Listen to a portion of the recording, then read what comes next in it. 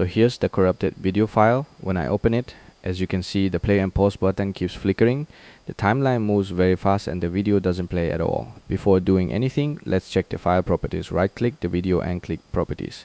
If the file size is 0 KB or just a few kilobytes, that's not a good sign because the recording probably wasn't saved. But in my case, the file size is around 500 megabytes, which is a good sign because it means the video data is most likely still there. Now let's recover it.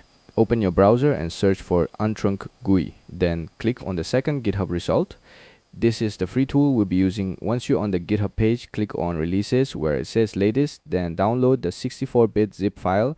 Make sure you download the 64-bit version, not the 32-bit version. After the download finishes, extract the zip file. Open the extracted folder and run the GUI executable, which is the last exe file in the folder. The interface is very simple. The first option is reference video.